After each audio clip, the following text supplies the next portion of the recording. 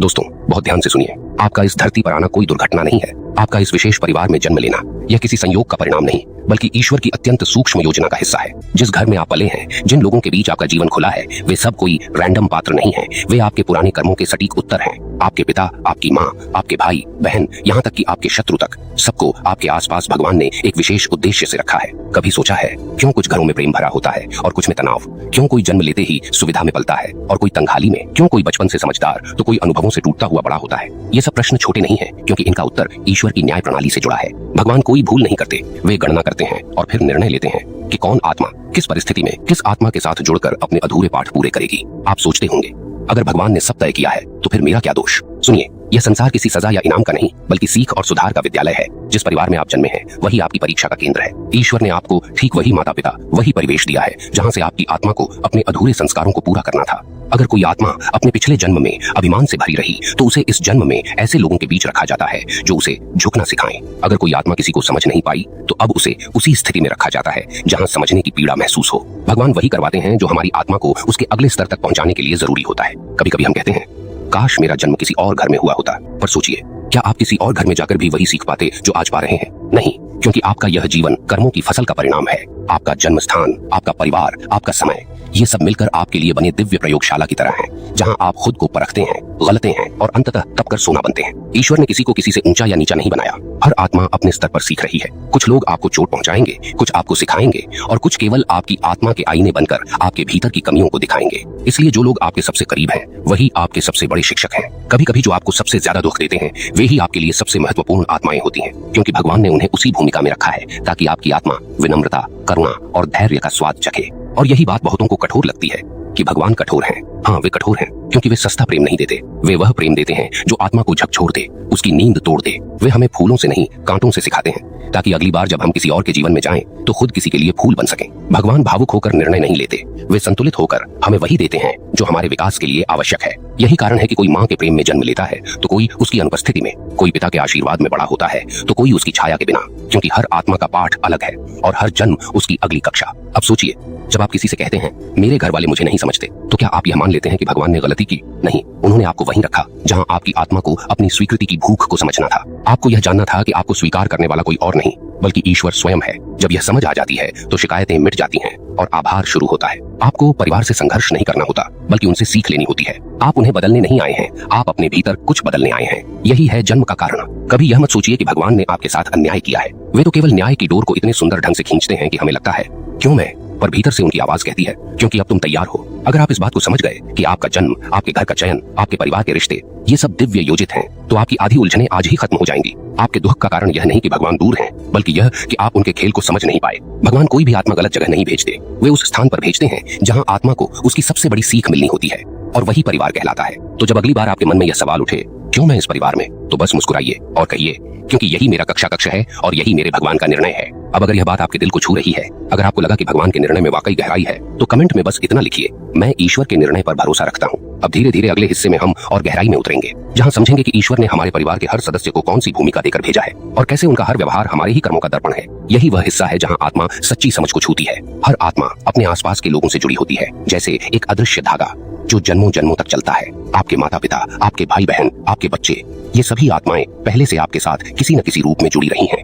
कभी आपने किसी को दुख दिया था, तो इस जन्म में वही आत्मा आपके जीवन में आई है ताकि आप महसूस करें कि वह दुख क्या होता है। कभी आपने किसी की मदद की थी, तो वही आत्मा अब आपके परिवार के रूप में आई है ताकि वही प्रेम आपको लौटाया जाए। हर रिश्ता केवल वर्तमान का नहीं, वह कर्मों की पुरानी कड़ी है जो ईश्वर ने बिल्कुल सटीक रूप से दोबारा गूंथी है। यही कारण है कि कोई बच्चा जन्म से अपने पिता से डरता है और कोई माँ के बिना भी संतुष्ट रहता है, क्योंकि आत्माएं अपने बीच के पुराने बंधन लेकर ही आती हैं। भगवान सब जानते हैं, वे किसी को किसी के घर में यूं ही नहीं भेजते। वे उस आत्मा को उस घर में उतारते हैं जहाँ उसकी अधूरी यात्रा पूरी हो सके। कभी आप किसी को बहुत प्यार करते हैं और वह आपको समझ नहीं पाता, तो जानिए उस आत्मा के साथ आपकी कोई पुरानी कहानी अधूरी थी। भगवान चाहते हैं कि अब आप उस अधूरी कहानी को प्रेम, समझ और क्षमा से पूरा करें। आपके परिवार में हर व्यक्ति एक आईना है जो आपके भीतर की किसी कमजोरी को दिखा रहा है। जो आपको क्रोध दिलाता है वह आपके भीतर के अधैर्य का दर्पण है। जो आपको तिरस्कार दिखाता है वह आपके भीतर के अहंकार को जगाता है, और जो आपको प्रेम देता है वह आपको यह याद दिलाता है कि ईश्वर आपके अंदर भी प्रेम बनकर बैठा है। आपको केवल पहचानना है कि कौन क्या सिखाने आया है। भगवान कभी सीधे नहीं बोलते, वे लोगों के रूप में बोलते हैं। वे माँ के रूप में बोलते हैं जो हर दर्द में कहती है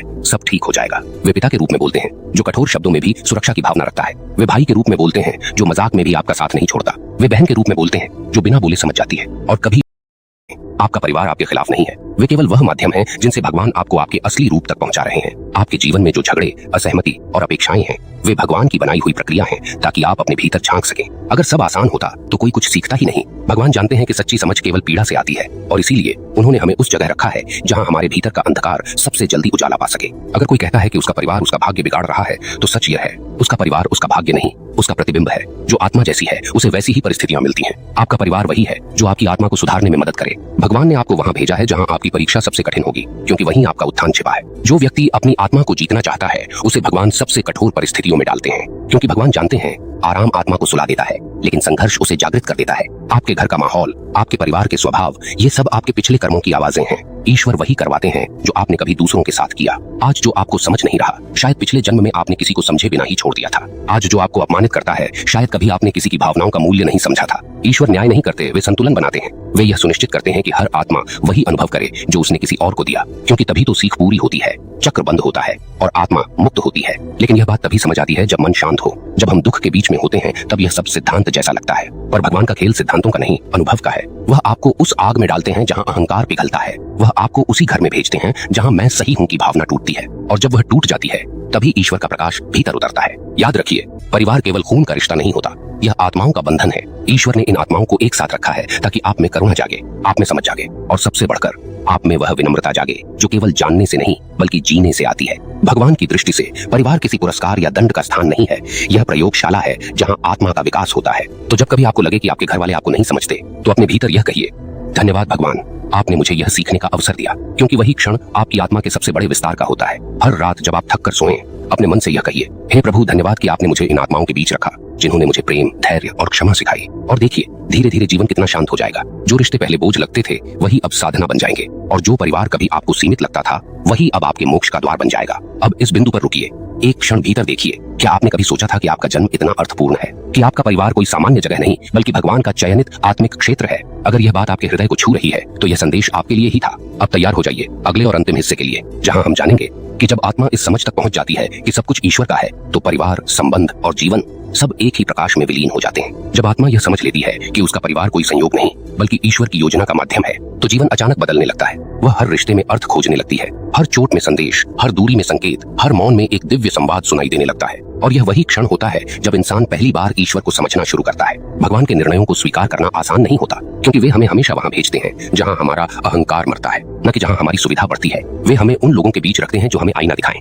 न कि वो जो हमें सुकून दें, क्योंकि आत्मा का उत्थान सुकून से नहीं होता, झटके से होता है। और जब आप उन झटकों को समझने लगते हैं तो आप पाते हैं कि भगवान ने आपके चारों ओर कुछ भी व्यर्थ नहीं रखा है। आपका परिवार आपकी आत्मा की कहानी का अगला अध्याय है। कभी कोई सदस्य आपके लिए भगवान का दूत बनकर आता है जो आपको राह दिखाता है, आपकी रक्षा करता है। कभी कोई व्यक्ति आपके कर्मों का प्रतिबिंब बनकर आता है जो आपको समझने पर मजबूर करता है कि आपने किसी के साथ क्या किया था। और कभी कोई आत्मा केवल आपको क्षमा सिखाने आती है। ईश्वर की दृष्टि से कोई गलत नहीं है, हर आत्मा बस अपनी भूमिका निभा रही है। आप सोचिए, अगर भगवान हर आत्मा को एक मंच पर खड़ा करें तो कोई पिता बनेगा, कोई माँ, कोई संतान, कोई विरोधी, कोई मित्र, सबका उद्देश्य एक ही है, आत्मा को उसकी पूर्णता तक पहुंचाना। अब अगर आप किसी पात्र से लड़ने लगेंगे तो आप भगवान की पटकथा को चुनौती दे रहे हैं, पर जब आप उस पात्र को समझने लगते हैं तो आप ईश्वर के साथ चलना शुरू कर देते हैं। भगवान ने आपको उस परिवार में इसलिए नहीं भेजा कि आप उनसे जीतें, बल्कि इसलिए भेजा कि आप अपने भीतर को जीतें। जो आत्मा यह बात समझ लेती है वह कभी किसी से रुष्ट नहीं रहती। वह जानती है यह सब उसी का खेल है। जब पिता कठोर बनते हैं तो वह जानती है कि यह मेरे धैर्य की परीक्षा है। जब माँ चिंता करती है तो वह जानती है कि यह प्रेम का रूप है। जब भाई नाराज होता है तो वह जानती है कि यह पुराने कर्मों का बकाया है। और जब कोई सदस्य आपको छोड़ देता है तो वह समझती है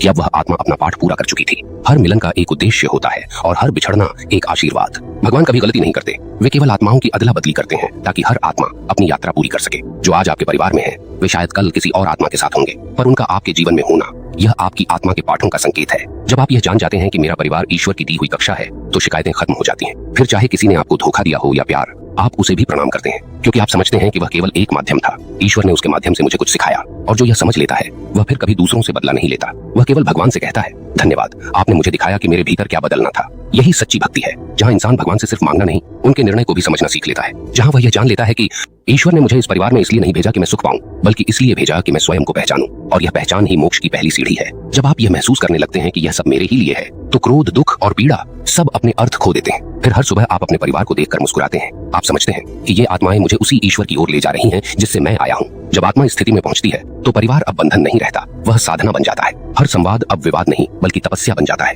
हर रिश्ते की जटिलता अब भगवान का संगीत लगने लगती है। और फिर आत्मा कहती है, प्रभु धन्यवाद कि आपने मुझे इन आत्माओं के बीच रखा। इनसे ही मैंने सीखा कि प्रेम क्या है, धैर्य क्या है और त्याग क्या है। उस क्षण आत्मा स्वतंत्र हो जाती है, क्योंकि अब वह किसी से कुछ चाहती नहीं, वह केवल अनुभव करना चाहती है। अब परिवार उसके लिए केवल संबंध नहीं, प्रभु का प्रतिरूप है। वह हर चेहरे में भगवान को देखने लगती है और यही वह अवस्था है जहाँ मनुष्य भक्त बनता है। भगवान कभी सीधे नहीं कहते मैं हूँ, वे रिश्तों के रूप में प्रकट होते हैं और धीरे धीरे कहते हैं पहचानो मुझे। जो पहचान लेता है वह धन्य हो जाता है, क्योंकि तब उसके लिए जीवन का हर क्षण भक्ति का मार्ग बन जाता है। और यहीं पर आपकी यह यात्रा अपने चरम पर पहुंचती है। अब जब भी जीवन में यह प्रश्न उठे, मेरा जन्म इस परिवार में क्यों हुआ, तो भीतर से उत्तर दीजिए, क्योंकि प्रभु ने मुझे यही दिया।